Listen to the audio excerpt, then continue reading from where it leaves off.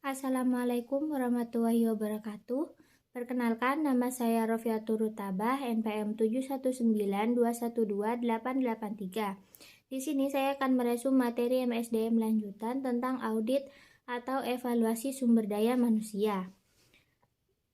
Di mana audit sumber daya manusia merupakan seluruh upaya penelitian guna memeriksa kualitas secara menyeluruh dari aktivitas yang dilakukan oleh sumber daya manusia pada suatu divisi atau perusahaan untuk mendukung tercapainya tujuan perusahaan.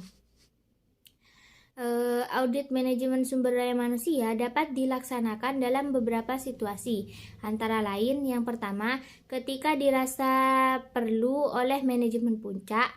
2. Ketika suatu kekuatan eksternal yang memakai suatu tinjauan. 3. Ketika seorang manajer baru bertanggung jawab atas Departemen Sumber Daya Manusia. 4. Ketika suatu perusahaan yang signifikan dalam dunia usaha yang memakai konfederasi ulang manajemen sumber daya manusia. Dan yang kelima, ketika suatu keinginan spesialis sumber daya manusia untuk meningkatkan praktik dari sumber daya manusia perusahaan. Laporan audit manajemen sumber daya manusia yang pertama, tujuan dan ruang lingkup audit. Bagian ini menjelaskan tujuan yang hendak dicapai, bagian yang akan diaudit, dan metode apa yang digunakan dalam audit SDM.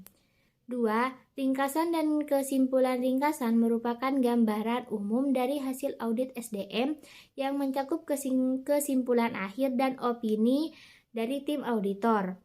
3. Temuan-temuan audit. Semua penyimpangan yang terjadi merupakan temuan audit yang mendukung isi dari laporan audit. 4. Rekomendasi atau saran. Bagian ini berisi alternatif tindakan yang dapat diambil oleh manajemen untuk memperbaiki kinerja, mengembangkan sumber daya manusia, serta untuk memenuhi kebutuhan karyawan yang berkualitas pada setiap departemen yang ada dalam perusahaan. Tujuan audit manajemen sumber daya manusia yang pertama, untuk mengetahui apakah hasil kerja karyawan sesuai dengan rencana. 2. Untuk mengetahui apakah semua karyawan dapat menyelesaikan job description-nya dengan baik dan tepat waktu. 3. Sebagai pedoman menentukan besarnya balas jasa kepada setiap karyawan. 4. Sebagai dasar pertimbangan pemberian pujian atau hukuman kepada setiap karyawan. 5. Sebagai dasar pertimbangan pelaksanaan mutsi vertikal, horizontal, dan atau alih tugas bagi karyawan. 6. Untuk memotivasi, meningkatkan semangat kerja, prestasi kerja, dan disiplin karyawan. 7. Untuk menghindari terjadinya kesalahan sedini mungkin dan tindakan perbaikan dapat dilakukan secepatnya. 8. Sebagai dasar pertimbangan ikut sertanya karyawan, mungkin pengembangan, pelatihan, dan pendidikan. 9. Untuk memenuhi ego dan kepuasan dengan memperhatikan nilai mereka sebagai pedoman yang efektif dalam melaksanakan seleksi penerimaan karyawan di masa yang akan datang. 10. Sebagai dasar penilaian kembali rencana sumber daya manusia, apakah sudah baik atau tidak, atau masih perlu disempurnakan. Manfaat audit manajemen sumber daya manusia diantaranya yang pertama, mengidentifikasi kontribusi satuan kerja yang menangani sumber daya manusia kepada organisasi. 2. Memperbaiki citra satuan kerja yang mengelola sumber daya manusia. 3. Mungkin dapat dikatakan bahwa timbulnya citra negatif atau paling sedikit tidak benar merupakan akibat ketidakmampuan manajemen sumber daya manusia suatu organisasi dan tidak disebabkan oleh persepsi para pelaksana tugas pokok. 4. Kejelasan tugas dan tanggung jawab satuan kerja yang menangani sumber daya manusia. 5. Mendorong penerapan kebijaksanaan dan seragam dalam praktek mengurus sumber daya manusia. Tahap-tahap audit manajemen sumber daya manusia. Yang pertama, perencanaan audit sumber daya manusia. 2. Pelaksanaan audit sumber daya manusia.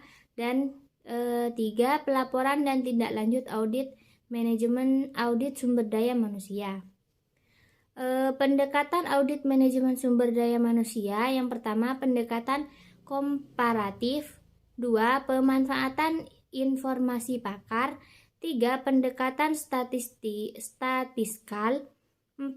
Informasi tentang ketaatan. Dan 5. Pendekatan manajemen berdasarkan sasaran atau MBO. Faktor-faktor yang mempengaruhi pelaksanaan audit sumber daya manusia. Yang pertama yaitu penentuan kebutuhan karyawan. 2. Rekrutmen. 3. Penempatan. 4. Pengendalian. 5. Pelatihan. Dan 6. Kesejahteraan karyawan. Sedangkan indikator audit manajemen sumber daya manusia yang pertama yaitu perencanaan tujuan audit SDM. 2. Perencanaan objek audit.